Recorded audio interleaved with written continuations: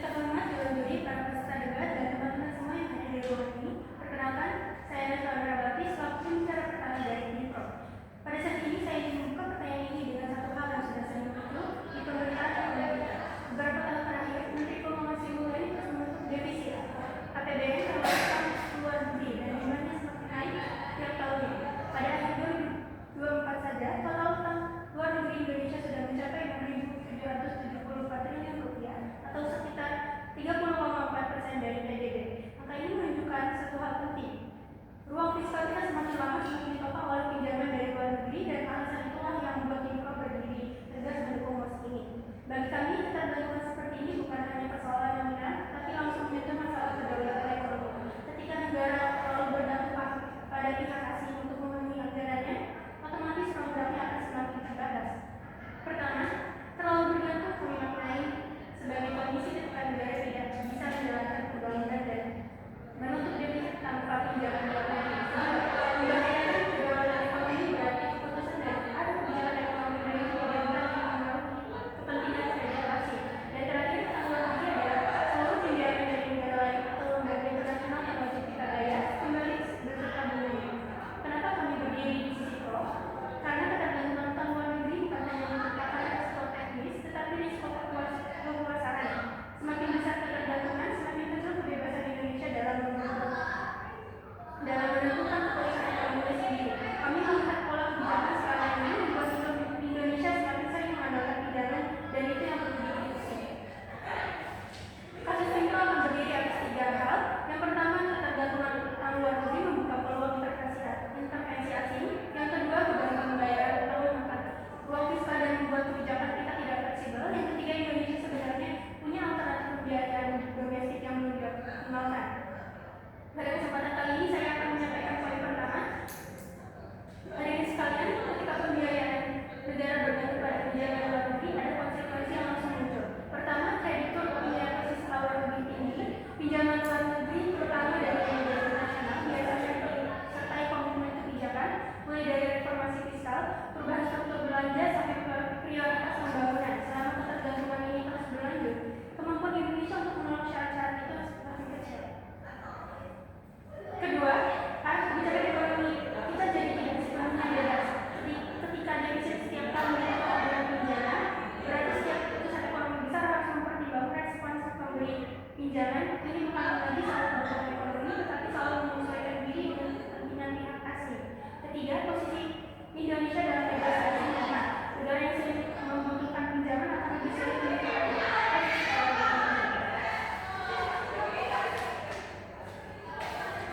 dan jika suatu waktu terjadi gejala global, misalnya kenaikan suku bunga Amerika Serikat, beban pembayaran kita langsung membengkak. Hal ini sudah sering kita lihat ketika nilai tukar rupiah melemah, beban itu otomatis naik drastis. Dengan kata lain, hal itu sendiri bukan masalah. Yang berbahaya adalah ketergantungan karena membuat negara rentan terhadap tekanan dari luar.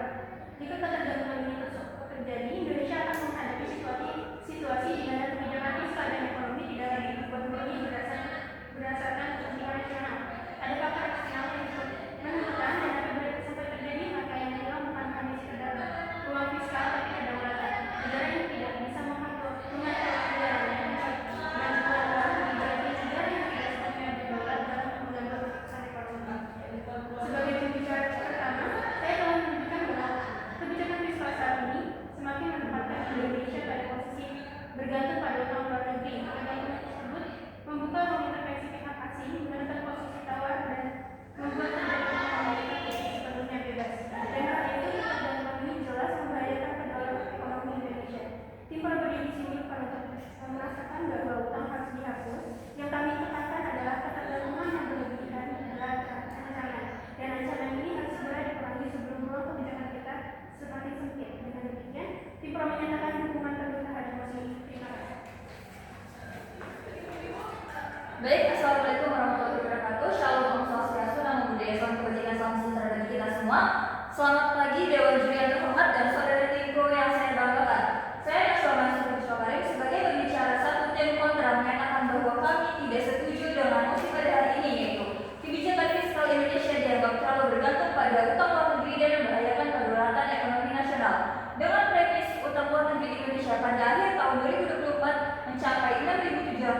124,3 triliun atau setara dengan 30,4% dari GDP. Meskipun keberadaan utang luar negeri penting untuk mendorong perekonomian dan pertumbuhan ekonomi. Pertama-tama saya akan menyampaikan penjelasan lebih lanjut terkait premis yang diberikan. Angka utang luar negeri Indonesia pada akhir tahun 2024 mencapai sekitar 6.774 triliun. Bank Indonesia merilis data bahwa posisi utang luar negeri mencapai US dollar 424,8 miliar dan media seperti Kompas dan Kontan mengonversinya menjadi sekitar 6,8 hingga 6,9 ribu triliun. Tetapi menyebut angka besar tanpa konteks justru menimbulkan persepsi yang tidak akurat. Pembicara Tim Pro tidak menyampaikan sama sekali data atau bukti konkret terkait dengan argumentasi yang diberikan, sehingga argumentasi tersebut tidak dapat dipertanggungjawabkan. Saya akan membagikan argumentasi saya dalam 3 bagian. Yang pertama, jika kita ingin melihat apakah sebuah negara terlalu bergantung pada utang, ukuran yang digunakan bukanlah nominal netralnya. Ukurannya adalah rasio utang terhadap PDB. Dan Bank Indonesia dengan tegas menyebutkan bahwa akhir tahun 2024 rasio utang luar negeri kita hanya 30,4% dari PDB. Angka ini jauh di bawah batas maksimal 60% yang ditetapkan dalam Undang-Undang Nomor 17 Tahun 2003 tentang Keuangan Negara. Artinya, secara hukum dan standar internasional, posisi utang Indonesia berada dalam kategori aman. Dan inilah yang menjawab pertanyaan dari saudara Tim Pro. Pertanyaannya selanjutnya adalah, jika Indonesia ini dikatakan terlalu bergantung pada utang luar negeri, pertanyaannya adalah berdasarkan standar siapa? Karena berdasarkan standar negara sendiri dan lembaga moneter dunia, angka 30% itu masih sangat terkendali. Argumentasi saya yang kedua yaitu Bank Indonesia juga menjelaskan bahwa 84,8% dari utang tersebut berbentuk utang jangka panjang, bukan jangka pendek yang bisa menambah keuangan negara sewaktu-waktu. Struktur seperti ini justru menandakan bahwa negara mengelola uangnya secara hati-hati, memberikan uang untuk membayar secara bertahap tanpa mengganggu stabilitas ekonomi. Media seperti VOI dan Xinhua juga mengutip Bank Indonesia bahwa posisi utang Indonesia masuk kategori sehat dan stabil.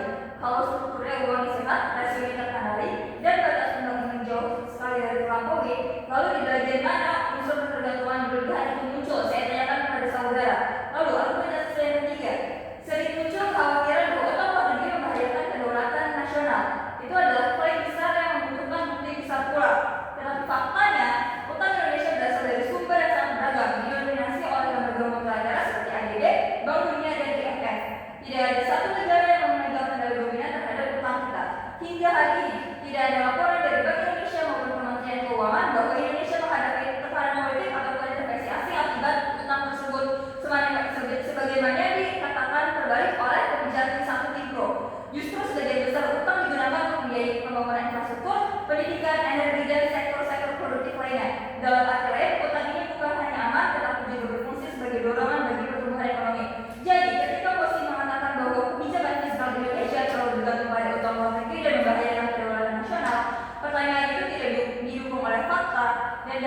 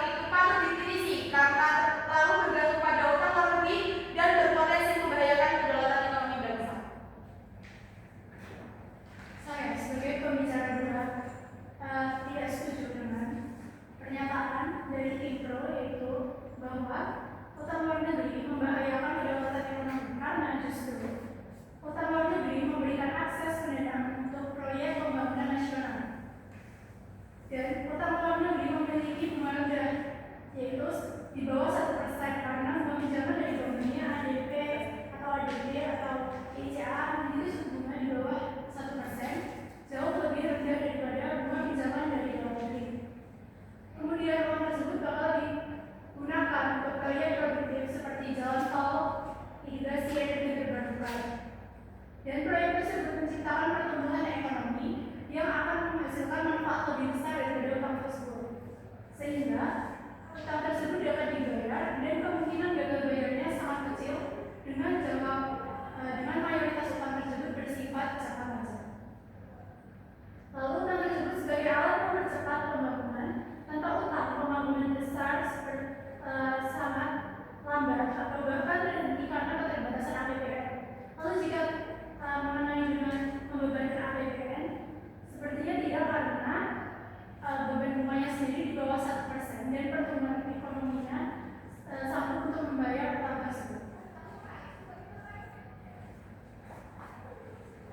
Saya sebagai pembicara ketiga dari tim Pro akan memperkuat argumen yang disampaikan oleh pembicara 1 dan pembicara 2 dan akan menanggapi argumen dari tim kontra. Semakin bergantung Indonesia pada utang luar negeri, semakin besar pula pengaruh lembaga peminjam seperti IMF dan Bank Dunia atau negara pemberi pinjaman terhadap pengambilan keputusan ekonomi negara kita. Kita punya bukti sejarah yang sangat jelas. Pada krisis tahun 1998, Indonesia harus menjalankan serangkaian kebijakan dalam letter of intent dari IMF, mulai dari liberasi sektor keuangan, reformasi perbankan hingga subsidi. Kebijakan ini bukan sepenuhnya pilihan bebas dari pemerintah Indonesia, melainkan konsekuensi dari ketergantungan pada pinjaman internasional saat itu. Semakin besar ketergantungan pada utang luar negeri, semakin kecil ruang kita untuk mengambil keputusan secara mandiri. Dengan begitu, ruang keputusan kita semakin mengecil dan unsur kedaulatan ekonomi ikut menurun. Fenomena ini juga dialami oleh Sri Lanka, Argentina, dan Pakistan. Artinya, pola ini bukan hanya di Indonesia saja, tapi merupakan kecenderungan secara global. Selanjutnya, semakin besar utang luar negeri, semakin besar pula bunga yang harus dibayar. Saat ini saja bunga utang Indonesia sudah melebihi dari 500 triliun rupiah per tahun. Jumlah ini sangat besar dan sayangnya uang tersebut tidak digunakan untuk pendidikan, kesehatan, infrastruktur desa ataupun bantuan sosial, tetapi hanya untuk membayar cicilan dan bunga. Akibatnya, ruang fiskal menjadi sempit dan pemerintah kehilangan kemampuan untuk fokus pada pembangunan dalam negeri. Bank Dunia menyebut ini sebagai debt overhang problem atau sebuah kondisi di mana utang justru menekan kemampuan Indonesia untuk berkembang. Selanjutnya, utang luar negeri membuat kita sangat sensitif terhadap kondisi global. Jika dolar menguat atau suku bunga dunia naik, beban utang kita langsung naik. Ini resiko yang tidak bisa kita kontrol. Artinya, stabilitas ekonomi kita berada di tangan negara lain. Dan ketika stabilitas ditentukan pihak luar, kedaulatan ekonominya otomatis tidak terpenuhi. Sebagai pembicara ketiga, saya ingin menegaskan sejarah menunjukkan utang dapat mempengaruhi kebijakan negara. Data fiskal menunjukkan ketergantungan menciptakan siklus melemah. Resiko global menunjukkan Indonesia sangat rentan terhadap gejolak luar negeri, dan bukti geopolitik menunjukkan bahwa kreditor bisa membawa kepentingan politik. Saya sebagai pembicara ketiga dari tim kontra akan menguatkan argumen kami, meluruskan kekhawatiran tim pro, dan menunjukkan bahwa ketergantungan Indonesia pada utang luar negeri tidak membahayakan kedaulatan ekonomi nasional, justru dikelola secara hati-hati, terstruktur, dan aman. Yang pertama, tingkat utang 30,4% dari PDB masih sangat aman. Tim pro menyebut bahwa angka utang 30,4% PDB membahayakan negara, padahal faktanya batas aman internasional adalah maksimal 60% dari PDB. Yang kedua yaitu batas aturan keuangan negara, yaitu bermaksimal 60 dari PDB. Artinya utang Indonesia masih separuh dari batas risiko, sehingga klaim bahwa utang mengantar kedaulatan itu tidak berdasar. Selanjutnya yang kedua, struktur utang Indonesia sangat sehat. Indonesia tidak bergantung pada suatu negara, tidak seperti negara yang benar-benar terjebak. Komposisi utang poin pertama yaitu lebih dari 70% berupa surat berharga negara yang dibeli investor global dan domestik, tidak dikendalikan Poin yang kedua yaitu utang multilateral berasal dari lembaga seperti World Bank, ADB, AIIB yang bersifat jangka panjang, bunga rendah dan fleksibel. Ini menunjukkan bahwa utang Indonesia terdiversifikasi dan aman, bukan bentuk ketergantungan yang mengancam kedaulatan. Yang ketiga, utang luar negeri diarahkan untuk membangun produktif. Impro mengabaikan fakta bahwa utang luar negeri tidak digunakan untuk konsumsi, tetapi untuk yang pertama infrastruktur, yang kedua energi, yang ketiga kesehatan dan pendidikan, yang keempat teknologi digital dan industri hijau. Proyek-proyek ini menghasilkan multiplier effect yang memperkuat ekonomi jangka panjang. Dengan demikian, utang bukan beban, melainkan instrumen investasi ekonomi.